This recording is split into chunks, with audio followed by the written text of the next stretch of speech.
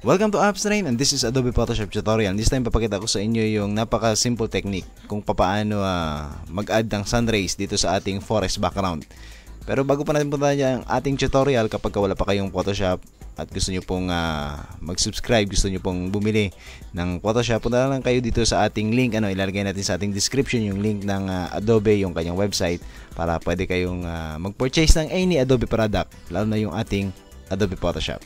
Okay, punta tayo dito sa ating tutorial. Mag-add tayo ng sun rays. So, madali lang po yan. So, ang gagawin po natin ay kukuha lang po tayo ng highlight. Lahat ng highlight ng ating subject o yung background natin. Tanggalin natin, i-extract natin yung highlight. Then, yun yung gawin nating sun rays effect. Okay, punta tayo dito sa ating layers panel. So, ang ating background ay tanggalan natin, kukuhain natin, kokopyahin natin yung kanyang highlight. Punta tayo dito sa ating select, then select color range. Tapos sa color range, highlights. Check natin yung highlights. Tapos i-100 natin yung kanyang fuzziness. Tapos dito depende na sa atin yan. Adjust lang natin Okay, 215, okay na yan. Click natin okay.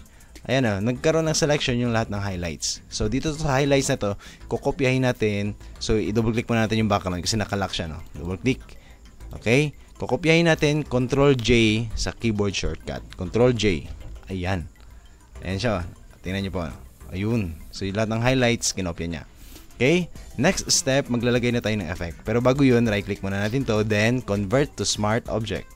Okay? Punta tayo dito sa filter. Then, blur. Then, radial blur. Ayun. So, ang kiklik natin sa radial blur, ay yung amount niya, gawin natin 100. Then, zoom. Huwag yung spin, zoom, then yung best quality niya. Click natin, okay. Tingnan natin yung kanyang effect. Okay, hintayin lang natin, so, radial blur. Okay, ayun.